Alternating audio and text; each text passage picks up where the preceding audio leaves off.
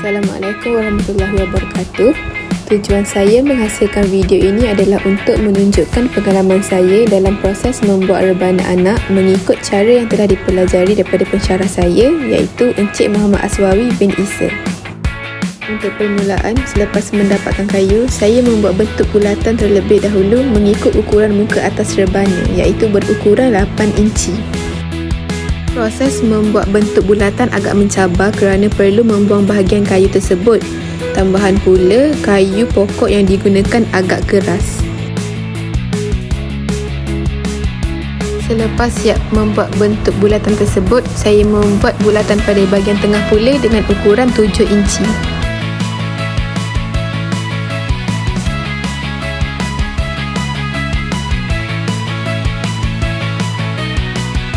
Saya menggunakan mesin di bengkel untuk menebuk bahagian tengah kayu terlebih dahulu bagi memudahkan proses membuat lubang di tengah.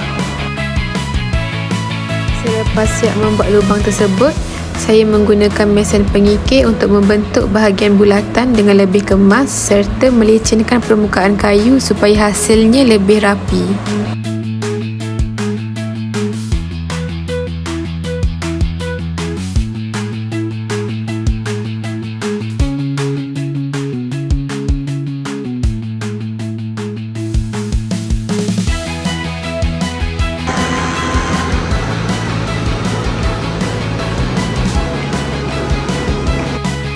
Saya juga menggunakan pengikir tangan untuk membentuk bahagian lengkung supaya bentuk rebana ini menjadi lebih kemas dan juga mengikut bentuk yang dikehendaki. Selepas kayu telah siap dibentuk menjadi bulatan rebana yang sempurna, langkah seterusnya adalah memasang kulit kambing sebagai permukaan rebana. Kulit kambing diukur mengikut saiz permukaan rebana dengan lebihan 1 inci bagi memudahkan proses jahitan. Selepas ukuran bulatan dibuat, kulit kambing tersebut digunting mengikut ukuran yang telah ditetapkan. Langkah seterusnya adalah membuat bingkai bahagian bawah. Saya menggunakan besi sebagai bahan bingkai kerana agak sukar untuk menghasilkan bingkai menggunakan rotan, memandangkan rotan mudah patah semasa proses pembentukan.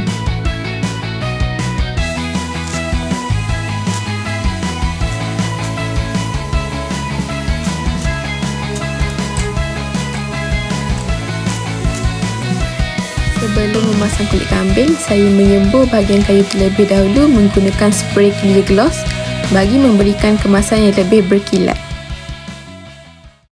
Langkah seterusnya adalah membelah rotan kepada 4 bahagian untuk proses jahitan. Saya menggunakan teknik belah rotan yang telah diajar oleh Encik Awi bagi mendapatkan hasil belahan rotan yang lebih sempurna untuk mengelakkan rotan daripada putus. Proses ini memerlukan fokus dan ketelitian yang tinggi bagi memastikan belahan rotan dilakukan dengan berhati-hati.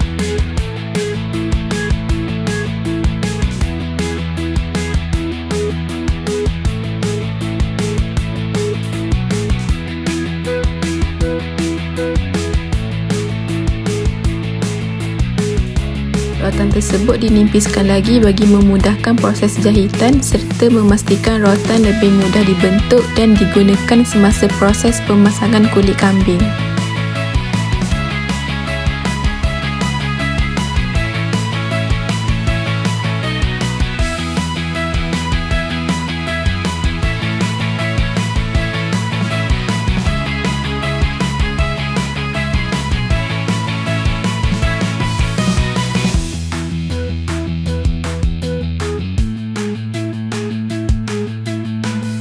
Langkah seterusnya adalah menjahit kulit kambing menggunakan rotan yang telah dinipiskan sebelum ini bagi memastikan kulit kambing dapat dipasang dengan kemas pada rangka rebana.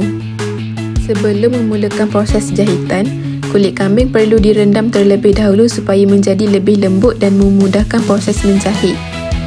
Dalam proses menjahit ini, kulit kambing perlu sentiasa berada dalam keadaan lembap supaya lebih mudah dijahit serta dapat mengurangkan risiko kulit tersebut terkoyak semasa proses jahitan. Pada bahagian ini, cabaran yang paling besar bagi saya adalah menahan bau kulit kambing kerana kulit tersebut perlu sentiasa berada dalam keadaan lembap sepanjang proses jahitan. Ia menyebabkan bau yang kurang menyenangkan. Tetapi saya tetap menikmati pengalaman dalam menghasilkan rebana anak ini kerana dapat mempelajari kemahiran baru serta memahami setiap langkah dalam proses pembuatannya. Saya ingin mengucapkan terima kasih kepada Encik Awi kerana telah memberikan peluang kepada saya untuk merasai pengalaman menghasilkan alat muzik rebana anak ini serta mempelajari proses pembuatannya.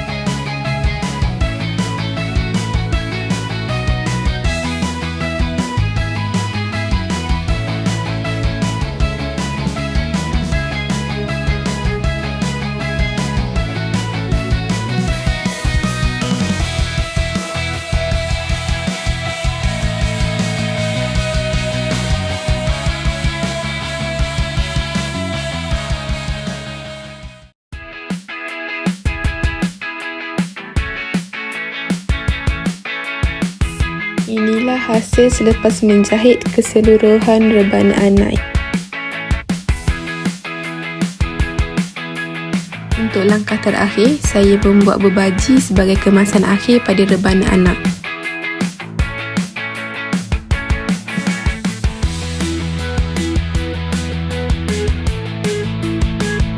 Proses ini dilakukan bagi melengkapkan struktur rebana serta memastikan setiap bahagian dapat dipasang dengan kemas.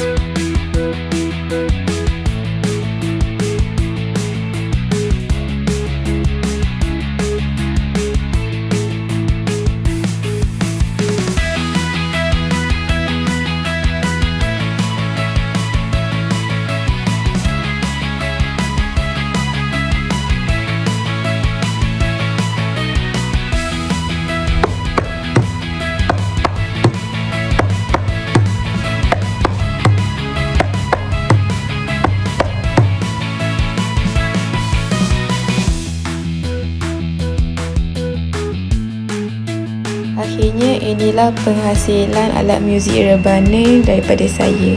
Itu sahaja. Sekian, terima kasih.